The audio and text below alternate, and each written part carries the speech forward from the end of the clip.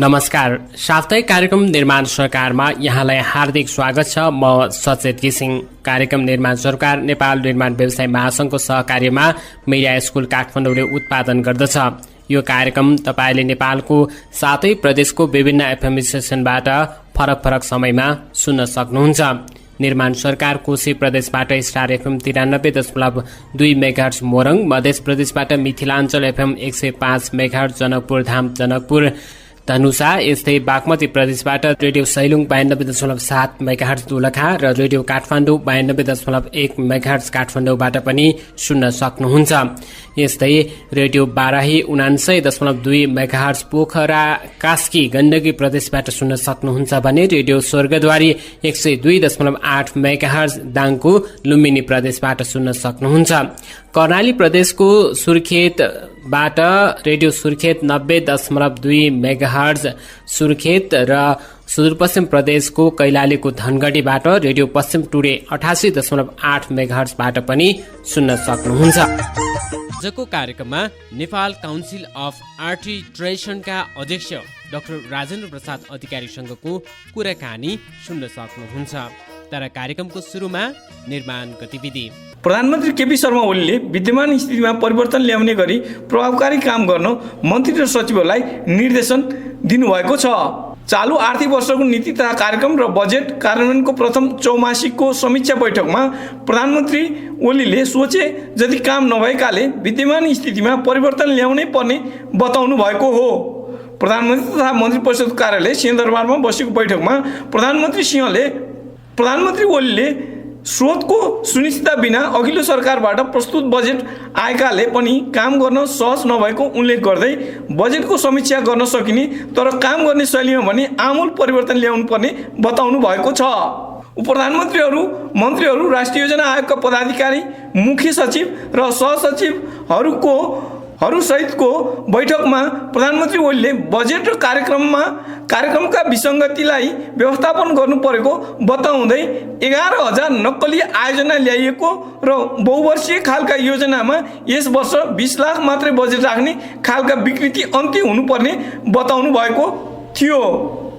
प्रधानमन्त्रीले भनेका थिए हरेक मन्त्रालयले उत्पादन, कृषि, ऊर्जा वा सूचना प्रविधि आदिका क्षेत्रमा हामीले नयाँ क्रान्तिकारी काम के गर्न सक्छौँ भनेर सोच्नु पर्ने भएको छ। राष्ट्रिय विकासको काम र देशको अर्थतन्त्र परिचालन गफका भरमा चल्दैन। प्रक्रियावादमा मात्रै नअल्झियौँ।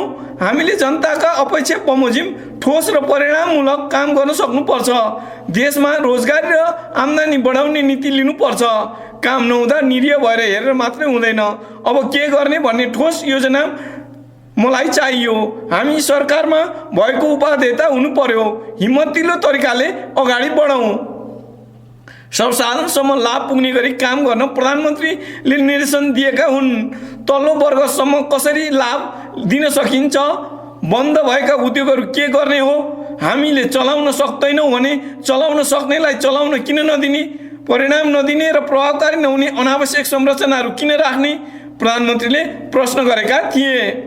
ओलीले अब अल्याङ टल्याङ गर्ने समय नरहेकाले कुनै मन्त्रीको कार्य क्षमता सक्षमता प्रभावकारी नभएमा त्यसमा पनि समीक्षा गर्नुपर्ने र कर्मचारीले उत्साहका साथ काम गर्नुपर्नेमा जोड दिएका थिए। प्रधानमन्त्री, मन्त्री र सचिवले सकारात्मक परिणामका लागि आफ्नो ठाउँबाट हस्तक्षेप गर्नुपर्ने र काम नगर्ने कर्मचारीलाई सरुवा मात्रै नगरेर कारबाही गर्नुपर्नेमा उहाँले बताउनु भएको थियो। सरकारका उपलब्धिहरू मानिसका व्यवहारमा देखिनु पर्ने भएकाले समीक्षा र बैठकहरूले मात्रै परिणाम नदिने भएकाले उत्पादन र परिवर्तनमा केन्द्रित हुन निर्देशन दिनुभएको थियो। निर्माण व्यवसायीहरूको सुरक्षाका विषयमा गम्भीर हुन यस महासंघले मुलुकका सरकारवाला सबै निकायलाई बारम्बार आग्रह गर्दै आए तापनि निर्माण व्यवसायीहरूमाथिको भौतिक आक्रमणका घटनामा कुनै कमी नआएको प्रति यस महासंघको गम्भीर ध्यानाकर्षण भएको छ। यसै क्रममा मिति 2081 फागुन 8 गते अन्दाजी दिउँसो 4 बजे एक दुम्जा मरिन खोला कपिलकोट लालबन्दी सडक सिन्धुलीको निर्माण कार्यस्थलमा यस महासङ्घको साधारण सदस्य काठमाडौँ उपत्यका निर्माण व्यवसायी सङ्घमा आबद्ध श्री जयन्ती बिरुवा ड्रागन जेविका आधिकारिक प्रतिनिधि उपेन्द्र कोइरालामाथि अज्ञात समूहबाट हात हतियार सहित आक्रमण गरी सख्त घाइते बनाइएको जानकारी यस महासङ्घलाई प्राप्त भएको छ। महासङ्घ यस घटनाको कडा शब्दमा भर्त्सना गर्दै घटनाप्रति खेद व्यक्त गर्दछ। उक्त आक्रमणमा संलग्नलाई तत्काल कानुनी कठघरामा ल्याई कारबाही गरी पीडितलाई क्षतिपूर्ति दिन तथा देशभरका निर्माण व्यवसायीहरू सहित उनीहरूका उपकरणको समेत सुरक्षाको पूर्ण व्यवस्था मिलाउन महासङ्घ नेपाल सरकार समक्ष पुनः जोरदार माग गर्दछ। निर्माण व्यवसायीहरूमाथि हुने यस किसिमका दण्डनीय अपराधमा संलग्नलाई कारबाही नगरिए महासङ्घ देशभरका निर्माण कार्य ठप्प पारी पेशागत सुरक्षाका लागि आन्दोलनमा उत्रन समेत बाध्य हुने बेहोरा सम्बन्धित पक्षमा अवगत गराउँदछौँ। रोशन दाहाल, महासचिव, नेपाल निर्माण व्यवसायी महासङ्घ, अनामनगर, काठमाडौँ। निर्माण गतिविधिपछि कार्यक्रम निर्माण सरकारमा तपाईँलाई स्वागत छ। अब कुराकानीको पालो। कुराकानीमा हुनुहुन्छ नेपाल काउन्सिल अफ आर्बिट्रेसनका अध्यक्ष डाक्टर राजेन्द्र प्रसाद अधिकारी। उहाँसँग सहकर्मी कुलचन्द्र सिलवालले गर्नुभएको कुराकानी अब प्रस्तुत गर्नेछौँ। साप्ताहिक रेडियो कार्यक्रम निर्माण सरकारमा नेपाल काउन्सिल अफ आर्बिट्रेसन नेफ्काका अध्यक्ष डाक्टर राजेन्द्र प्रसाद अधिकारीज्यूलाई हार्दिक स्वागत गर्दछौँ। नमस्ते, धन्यवाद। अपार प्राकृतिक स्रोत साधनले भएर पनि हाम्रो देशको विकास, निर्माण र आर्थिक समृद्धि जनअपेक्षित किन हुन सकेन? यहाँको लामो अनुभवले के बताउँछ सर? यो कस्तो छ भने यो अलिकति विशेष प्रकृतिको हुन्छ। आयोजना व्यवस्थापन भन्ने कुरा भौतिक पूर्वाधारसँग जोडिएका कुराहरू होइन। हजुर। त्यसको पहिलो कुरा एकदम इमान्दारीपूर्वक व्यावसायिक पेशागत दक्षताको हिसाबले एकदम राम्रोसँग योजना तर्जुमा गर्नुपर्ने हुन्छ। पहिलो कुरा हामी योजना तर्जुमा गर्दाखेरि नै अलि बढी सतही, अलि बढी हचुवाको आधारमा गर्ने भयौँ।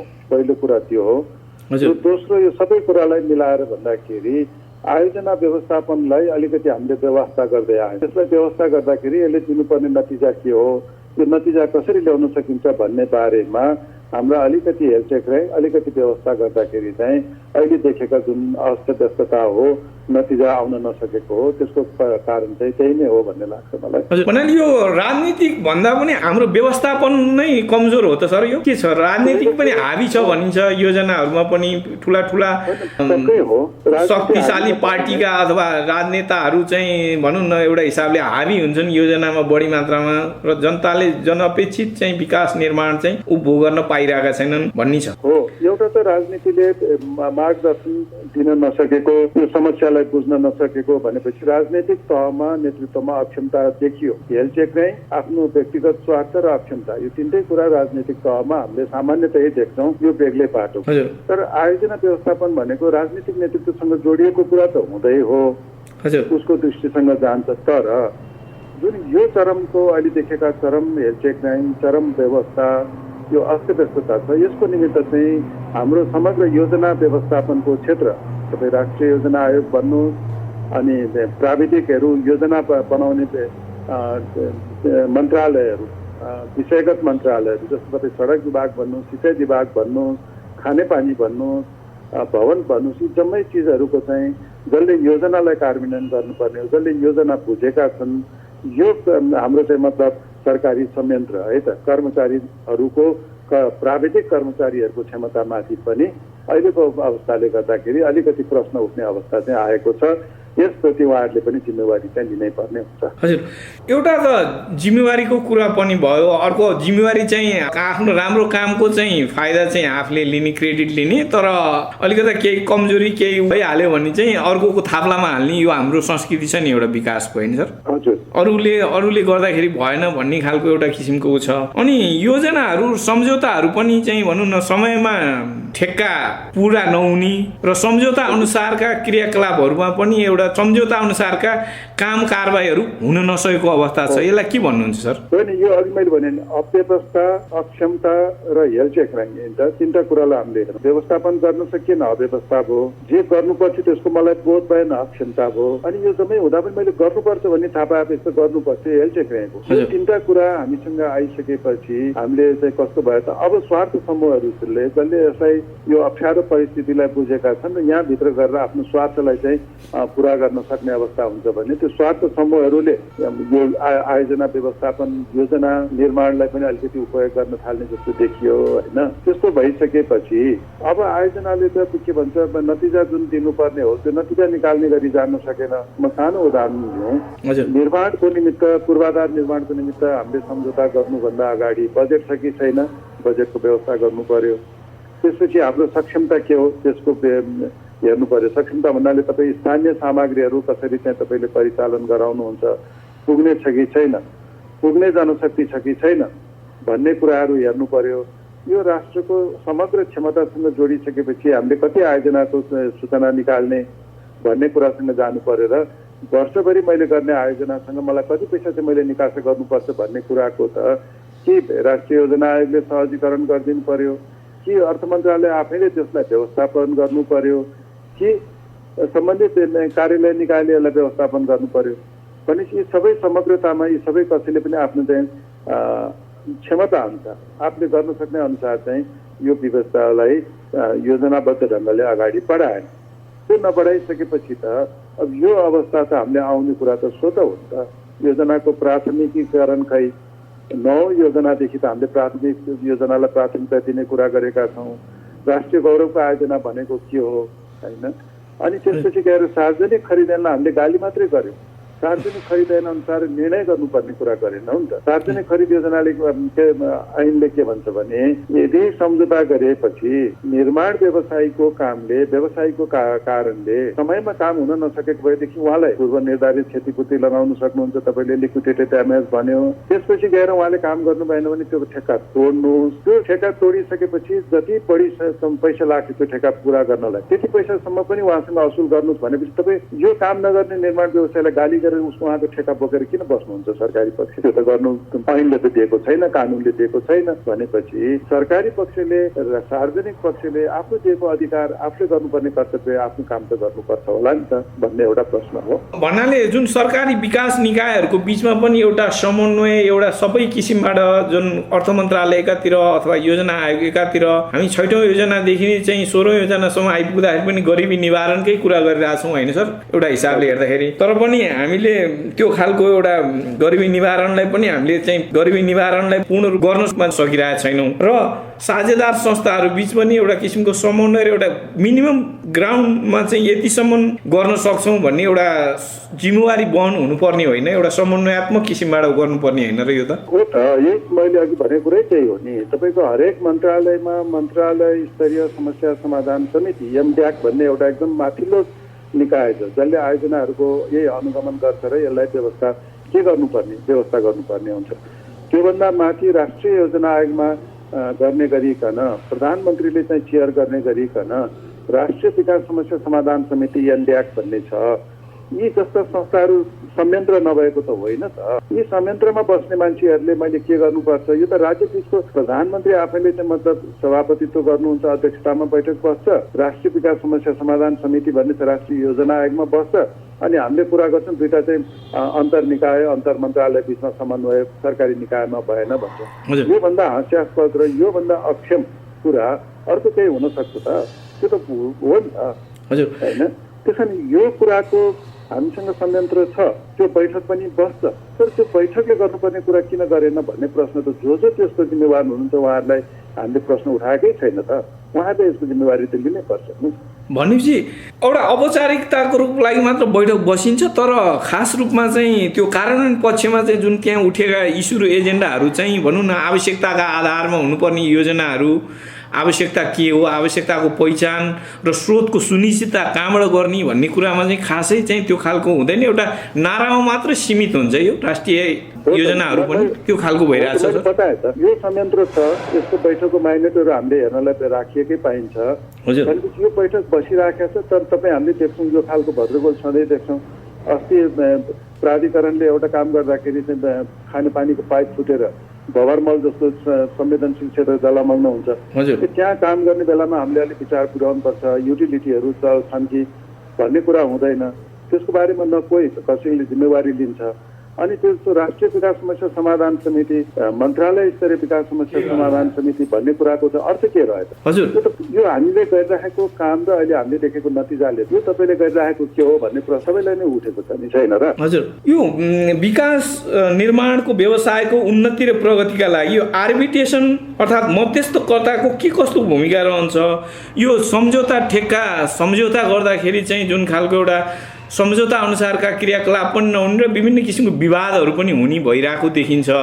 समयमा ठेक्का सम्पन्न नहुँदाखेरि, भुक्तानी समयमा निर्माण व्यवसायले नपाउँदाखेरि यस्ता खालका समस्याहरू बार बार आइरहेछन्। यसलाई के भन्नुहुन्छ सर? स्वाभाविक हो। यो के छ भने नेपाल मध्यस्थता ऐन 2055 अहिले हाम्रोमा लागू छ होइन। विकास समिति ऐन 2013 आउँदाखेरिदेखि नै यो व्यावसायिक प्रकृतिका भन्छौँ हामीले, जुन करार सम्झौता गरेपछि दुईटा पक्षबीच त्यतिखेर सार्वजनिक निकाय, राज्य होइन, यो करार सम्झौता गर्ने सार्वजनिक निकाय सरकारी कार्यालय हुन्छ, त्यसलाई हामीले सार्वजनिक निकाय भन्छौँ। सार्वजनिक निकाय र व्यवसायको बिचमा काम गर्दाखेरि कतिपय कुराहरूमा उहाँहरू दुईटाको एउटाले भनेको कुरा अर्कोले नबुझ्न सक्छ। भनेपछि करारमा भएको व्यवस्था के हो, हुनुपर्ने चाहिँ के हो त भन्ने बारेमा दुईटा पक्षको बिचमा विवाद, झगडा होइन, विवाद उत्पन्न भयो भनेदेखि कुरा मिलेन भने जाने ठाउँ कहाँ हुन्छ त भन्दाखेरि अदालत हो सबैभन्दा अन्तिम ठाउँ त। तर अदालतमा यो व्यावसायिक प्रकृतिका मुद्दाहरू त अदालतले हामीले बुझ्न पनि बुझ्दैनौँ। बुझिहाल्यौँ भने पनि हामीले बढी कानुनको व्याख्या गर्ने हो। त्यो कानुनको हिसाबले व्याख्या गर्नुभन्दा पहिला त तपाईँहरू व्यावसायिक प्रकृति, व्यवसायको विशिष्टता अनुसार तपाईँहरूले आफ्नै एउटा न्यायाधीश छान्ने प्रक्रियामा जानुहोस् र यसलाई विवाद समाधान गर्नुहोस्। अनि त्यसमाथि चित्त बुझेन भने हामी गरौँला, हामी हेरौँला, होइन भने यसमा हामीको त अरू थुप्रै कामहरू छ, तपाईँहरू यो बेग्लै गर्नुहोस् भन्ने मनसायले चाहिँ यो करार सम्झौतामै लेखिएको हुन्छ। मध्यस्थ ऐन 2055ले व्यवस्था गरे अनुसार विवाद समाधानको प्रक्रिया हुन्छ। यो विश्वभरि नै सबैले यही प्रक्रियाबाट जाने यो प्रचलन हो। त्यो अनुसार मध्यस्थमा जाने भएकोले मध्यस्थलाई प्रभावकारी रूपमा काम नरोक्ने, निर्माण व्यवसायीले सरकारी पक्षले दिनुपर्ने आफ्नो भुक्तानी गर्दै जाने, तर केही असमझदारी रह्यो भनेदेखि चाहिँ विवादको रूपमा आफैले यो मध्यस्थता चाहिँ ट्राइब्युनल गठन गर्ने, मध्यस्थताको प्रक्रियामा जाने अनि मध्यस्थको लिएको निर्णयलाई कार्यान्वयन गर्ने भनेर बनाएको संयन्त्र हो यो। त्यसो हुँदाखेरि यो मध्यस्थलाई जब हामीले प्रभावकारी बनाउन सकेनौँ भने वैदेशिक लगानी, फरेन डाइरेक्ट इन्भेस्टमेन्टको कुरा गरिराखेका छौँ हामीले, त्यो कुराहरू प्रभावकारी रूपमा आउन सक्दैनन्। र जुन लगानीको देशभित्रकै पनि व्यवसायीहरूले गर्ने जुन लगानीको कुरा हो, लगानीको वातावरण बन्न सक्दैन। अनि त्यसले गर्दाखेरि के हुन्छ त देशको आर्थिक चलायमान हुने, आर्थिक गतिविधि चाहिँ सङ्कुचित हुँदै जान्छ, अगाडि बढ्न सक्दैन। गत फागुन 9 र 10 गतेका दिन चाहिँ 21 वर्षपछि नेपालले राष्ट्रिय गोष्ठी arbitration for effective dispute resolution सम्पन्न गर्यो सफलतापूर्वक। यस्तो कार्यक्रम आयोजनाबाट देशले के कस्तो फाइदा लिन सक्छ र यस्तो कार्यक्रमका उद्देश्य बारे श्रोतालाई बताइदिनुहोस् न। हो, यो यसले गर्दाखेरि के भने मध्यस्थ भनेको के हो भन्ने बारेमा हामीसँग त्यति बढी जानकारी भएको, त्यति बढी चासो भएको अवस्था देखिएन। जसले गरिराखेका छौँ त्यही सेक्टरमा मात्रै हो। हजुर, त्यसैले त्योभन्दा बाहिर चाहिँ मात्रै यसको अवस्थाको बारेमा, यसको महत्त्वको बारेमा र यसले खास गरिकन देशको आर्थिक क्रियाकलापमा, आर्थिक विकासमा, जुन आर्थिक विकासको निमित्त हामीलाई चाहिने लगानी, कसैले पनि आफ्नो चाहिँ मतलब पैसा हाल्दाखेरि, पैसा लगाएर व्यवसाय गर्दाखेरि विदेशबाट हामीले भन्यौँ फरेन डाइरेक्ट इन्भेस्टमेन्ट, विदेशी लगानीलाई हामीले देशभित्र ल्याउनु पर्यो भने यो मध्यस्थताको वातावरण चाहिँ एकदम राम्रो छ, प्रभावकारी छ, यसले भनेको कुराहरू कार्यान्वयन हुन्छ भन्ने भयो भने अनि विदेशबाट देशभित्रकै पनि मान्छेहरूले आफ्नो व्यवसायमा पैसा लगाउने होइन अवस्थाहरू सृजना हुन्छ। त्यो विषयमा चाहिँ व्यापक रूपमा छलफल गरौँ। नेपालको अवस्था अहिले कस्तो छ, नेपालमा देखिएका समस्या र चुनौतीहरू के हुन्, नेपालमा के कस्तो सम्भावना छ भन्ने विषयलाई चाहिँ हामीले एकदम प्रष्ट रूपमा यसलाई माथि लिएर आयौँ। सम्माननीय प्रधान न्यायाधीशज्यू आफै उपस्थित भएर यसको उद्घाटन गर्नुभयो। समापनमा चाहिँ भौतिक योजनामा मान्य मन्त्रीज्यूको उपस्थिति थियो। त्यसले गर्दाखेरि राज्यको र संवैधानिक तहहरूमा समेत पनि यसको एउटा बुझाइलाई चाहिँ हामीले अगाडि ल्याउन सक्षम भयौँ। यो हामीले गरेको सम्मेलनले र एउटा सबैभन्दा महत्त्वपूर्ण र राम्रो कुरा के उठेको छ भने यदि सरकारले सामान्य वातावरण मात्रै प्रदान गर्ने हो भनेदेखि सरकारले सामान्य बुझेर अलिकति सहजीकरण मात्रै गरिदिने हो भने मध्यस्थताको एउटा चाहिँ मतलब यो स्थान मध्यस्थ गर्ने ठाउँहरूको एउटा स्थानको रूपमा सार्क रिजनमा नेपाल काठमाडौँ चाहिँ आफै एउटा मध्यस्थ पर्यटनको निमित्त पनि एकदम राम्रो र उचित गन्तव्यको रूपमा देखा परेको छ है भन्ने कुरा चाहिँ हामीले यो पटकको सम्मेलनबाट चाहिँ त्यसलाई दिशानिर्देश गर्न सक्यौँ। यो महत्त्वपूर्ण पक्ष हो। हजुर, यो रिजोल्युसनमा चाहिँ काठमाडौँ घोषणापत्र एउटा चाहिँ भनौँ न 7 बुँदी यहाँले गर्नुभएको छ, यो यसको विषयमा पनि अलिकति बताइदिनुहोस् न हाम्रो श्रोताहरूलाई। यो चाहिँ भन्नु त्यसमा यही कुराहरू हामीले उठायौँ। एउटा यो एकदम पर्यटकीय गन्तव्यको रूपमै मध्यस्थको स्थानको रूपमा विकास हुन सक्छ। यसले गर्दाखेरि नेपालको अर्थतन्त्रमा बाहिरको पैसाहरू हामीले नेपालभित्र ल्याउन सक्छौँ। अहिले सुरुको अवस्थामा हामी धेरै पर जान सक्दैनौँ। सार्क रिजन क्षेत्रभित्रका देशहरूको निमित्त यो उपयुक्त गन्तव्य हुन सक्छ भन्ने कुरा एउटा। हजुर, यसको निमित्त के गर्नुपर्छ त भन्दाखेरि नेपालको मध्यस्थ ऐनले आन्तरिक मध्यस्थताको वातावरणको बारेमा मात्रै अलि बढी कुरा गरेको हुँदाखेरि अन्तर्राष्ट्रिय मध्यस्थ इन्टरनेसनल आर्बिट्रेसन भनेको के हो, यो सिट भेन्यू भन्छौँ हामीले, स्थान अनि यो बैठक गर्ने ठाउँ के हो भन्ने जस्ता कुराहरूमा कानुनी स्पष्टता। त्यसपछि यो मध्यस्थका निमित्त बाहिर विदेशबाट आउने यहाँ मध्यस्थकर्ताहरू आउने हो भनेदेखि उहाँहरूको चाहिँ मतलब भिसाका कुराहरूको बारेमा केही सोच्नुपर्ने हुन्छ होला। उहाँहरूले यहाँ आइसकेपछि उहाँहरूले बाहिरबाट पैसा नेपालभित्र पठाउने, उहाँहरूले प्राप्त गर्ने चाहिँ जुन पैसा हो उहाँहरूको पारिश्रमिक फेरि नेपालबाट बाहिर लैजान मिल्ने, यस्ता खालका केही व्यवस्थाहरूमा सरकारले एउटा कानुनी वातावरणहरू सहजीकरणका अवस्थाहरू सरल बनाइदिनुपर्छ कि भन्ने प्रश्नहरू के अरे घोषणापत्रमा यो मुद्दाहरू छ। त्यसपछि मध्यस्थताका निमित्त गरिरहेका लामा नेपाल मध्यस्थ परिषद नेप्का भन्ने संस्था छ, यो संस्थालाई कसरी सुदृढ गर्न सकिन्छ होइन भन्ने जस्ता कुरामा राज्यले अलिकति चासो दिने हो भने नेपालमा यसको भविष्य पनि राम्रो छ है भन्ने विषयमा चाहिँ यो घोषणापत्रले उठाएको छ। अब यो मध्यस्थताको कुरा भए सर होइन, अब यो एउटा किसिमबाट एउटा सार्क रिजनमै अथवा नेसनल इन्टरनेसनल लेभलमै टुरिज्म हबको रूपमा पनि चाहिँ विकास गर्न सकिन्छ भन्ने कुरा भयो होइन सर मुख्य रूपमा। र वर्षै पछि चाहिँ भनौँ न यो विकास निर्माण बजेट पुँजीगत खर्च चाहिँ न्यून हुँदैछ भने प्रशासनिक खर्च चाहिँ 80-85% भन्दा बढीको हाराहारीमा छ। विकास खर्चलाई छुट्याएको बजेटमा पनि 60-65% मात्र चाहिँ खर्च भइरहेको छ, त्योभन्दा बढी हुन सकेको छैन। र विकास पुँजीगत खर्च बढाउन र प्रभावकारी बनाउन के गर्नु पर्ला सर? पहिलो कुरो सरकारी उसमा अब हुन त बढी अर्थशास्त्रका आर्थिक पक्षका मान्छेहरूले यसलाई बढी भन्नुहुन्छ होला विद्वानहरूले, तर सरकारी खर्चलाई यो एकदम अप्टिमाइज गर्ने एकदम उचित ढङ्गले प्रतिफल ओरिएन्टेड हुने गरी खर्च गर्ने गरिकन सरकारी जुन चालु खर्चलाई अझै पनि बढी छ यसलाई घटाउनेतिर सरकारले सोच्नुपर्ने हुन्छ। यतातिर सरकारको खास ध्यान गएको देखिएन। दोस्रो, आयोजना व्यवस्थापनमा पुँजीगत खर्चको चाहिँ मतलब प्रतिशतलाई लगभग 40% हाराहारीमा बढाउनु पर्ने हो। यो गएको 4 गणतन्त्र पछिको पहिलो निर्वाचनको अवधिभित्रै यो 40% हाराहारी पुग्नुपर्ने हो। हालाकि यो 25% वरिपरि मात्रै घुमिराखेको छ। त्यस कारण यो चिजलाई त सरकारले प्रतिबद्धता सहित यो फजुल सरकारी खर्चलाई चाहिँ कम गरेर चालु खर्चलाई घटाएर यो चाहिँ के भन्छ पुँजीगत विकास खर्चलाई बढाउनेतिर चाहिँ सरकारको ध्यान जानुपर्छ। यो अर्थ मन्त्रालयले सरकारले गर्ने काम हो, यसप्रति चाहिँ बढी ध्यान दिनुपर्छ। त्यसपछि आयो तपाईँको खर्च हुन सकेन। खर्च गर्नको निमित्त के भने अहिलेको निर्माण व्यवसायले पैसा भुक्तानी पाएको छैन भन्ने उहाँहरूको भनाइ बाँकी नै छ। देशमा तरलता वृद्धि भयो, पुँजी कतै लगानी भइरहेको छैन भन्ने कुरा बैंकहरूको कुरा आइराखेको छ।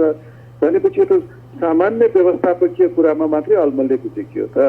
बैंकमा थुप्रिएको पैसालाई सरकारले कसरी परिचालन गर्ने र व्यवसायीहरूको पैसा कसरी भुक्तानी गर्ने, त्यो भुक्तानी गरेपछि त्यसले आर्थिक चलायमान हुन्छ र रोजगारी अलिकति वृद्धि गर्छ, त्यसको फेरि अर्थतन्त्र अलिकति चलायमान हुन्छ।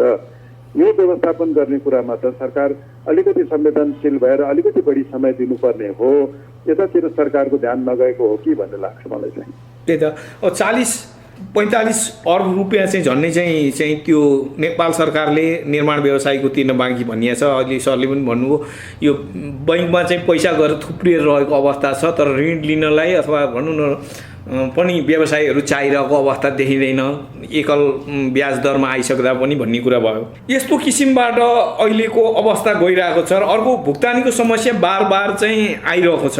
एकपछि अर्को थपिँदै हरेक वर्षै पछि चाहिँ गत वर्षको तिर्न पर्ने बढ्दै गइरहेको छ त्यो खर्च र लो बिडिङ टेन्डर हाल्ने र समयमा निर्माण सम्पन्न नहुने अवस्थालाई चाहिँ के भन्नुहुन्छ सर? यसलाई त मैले भने कि सार्वजनिक खरिद ऐन नियमावलीले व्यवस्था गरे अनुरूप आयोजना प्रमुखलाई आयोजनाको सम्बन्धी निर्णय गर्न सक्ने गरी सक्षम बनाउनु पर्यो, उहाँले नै निर्णय गर्ने बनाउनु पर्यो। त्यो निर्णय गर्न सक्ने क्षमतामा राखेर बनाउने बित्तिकै कोही पनि व्यवसायीले आफूले नसक्ने गरी काम दिएको छ भनेदेखि उहाँले त्यसको चाहिँ मतलब गर्न नसकेको अवस्थामा त्यसले जे जस्तो उहाँलाई चाहिँ मतलब अप्ठ्यारोमा पार्छ त्यो अप्ठ्यारो त उहाँले करार सम्झौता गरेर उहाँले स्वीकारेको कुरा हो, त्यसलाई हामीले केही पनि गर्न सक्दैनौँ। म त यो न्यून के भन्छ पैसामा बिट गरेको भन्ने पक्षमा छैन। तपाईँले सारभूत रूपमा प्रभावग्राही हो, यो अनुभवी र सक्षम निर्माण कम्पनी हो भनेर चाहिँ छानिसक्नु भएको छ भने उहाँले कोट गरेको पैसा जति कम भए पनि त्यो न्यूनतम सार्वभौमिक रूपमा प्रभावग्राही भएपछिको मात्रै न्यूनतम हो, त्यो लो बिड होइन। त्यसैले यो लो बिड भनेर हामीले आफैले चाहिँ मतलब नचाहिने कुराहरू गलत परिभाषामा चाहिँ हामी अल्मली राखेको छौँ भन्ने मलाई लाग्छ कि त्यो सही परिभाषा गरौँ। अहिले चाहिँ थुप्रै आयोजनाहरू यहाँ अल्मलिएको छ। त्यसो भएकोले अहिले देखिएको यो रुग्ण आयोजनाहरूको निमित्त चाहिँ क, ख र ग श्रेणीमा यो आयोजनाहरूलाई वर्गीकरण गरौँ। क श्रेणीमा पर्ने आयोजनाहरूमा जो काम हामीलाई चाहिएको छ, जसको चाहिँ मतलब प्रतिशत चाहिँ भनौँ 60-70% भन्दा माथि भइसकेका छन्, त्यस्ता प्रगति भएका आयोजनाहरूलाई हाम्रा सबै स्रोतहरू साधनहरू एकत्रित गरौँ र त्यसलाई सम्पन्न गर्नको निमित्त लागौँ, त्यतापट्टि हामीले पैसाहरू लगाउँ। दोस्रो ख क्याटेगोरीमा हामीले 40-50% काम भइसकेका आयोजनाहरूलाई राखौँ। ती आयोजनाहरूमध्ये हामीसँग स्रोत साधनले भ्याउँछ, हामीसँग पैसाको व्यवस्था गर्न सक्छौँ र हामीलाई उपयोगी छ, नतिजा निकाल्छ, त्यसले हाम्रो कुल गार्हस्थ्य उत्पादनमा चाहिँ बढाउ गर्छ। रोजगारी सृजना गर्ने आयोजनाहरू छन्, त्यसलाई सम्पन्न गर्नतिर लागौँ। बाँकी आयोजनाहरूले चाहिँ हामीले सबैलाई ठेक्का तोडौँ। आयोजनाहरू हामीले राखिराख्नु बोझ बोक्नु काम छैन। त्यो ठेक्का तोड्दाखेरि चाहिँ अब आयोजनाको अवस्था अनुसार आयोजनामा भएको सम्झौता कुन पक्षले कसरी काम गरेको छ भन्ने विषयमा चाहिँ हामीले त्यसलाई कसरी तोड्न सकिन्छ भन्ने विषयमा चाहिँ एउटा समिति, एउटा टास्क फोर्स जस्तोले काम गरोस्, त्यसले चाहिँ यस्ता उपायहरू सुझाओस् र अहिले चाहिँ दुइटैलाई विन विन भन्छ नि, दुइटैले जित्ने हिसाबले कोही पनि नहारोस्, सरकारी पक्ष सार्वजनिक निकाय पनि नहारोस्। अहिलेसम्म देखेका समस्याले यो 10औं वर्ष लम्बेका आयोजनाहरू 5औं वर्ष त्यतिकै नभएका आयोजनाहरूलाई यसरी टुङ्ग्याउँ, एउटा बुद्धिमत्ता ढङ्गले टुङ्ग्याउँ। अब बाँकी आयोजनाहरूमा चाहिँ हामी एकदम नयाँ सार्वजनिक खरिद ऐन बनाएर नयाँ सार्वजनिक खरिद ऐन चाहिँ एकदम ऐनको पालना गर्ने गरी, ऐनलाई कसरी पनि गाली नगरिकन ऐनको व्यवस्थालाई चाहिँ पालन गर्ने गरी इमान्दारीपूर्वक अगाडि बढ्यौँ भने यो कुनै ठुलो समस्या होइन।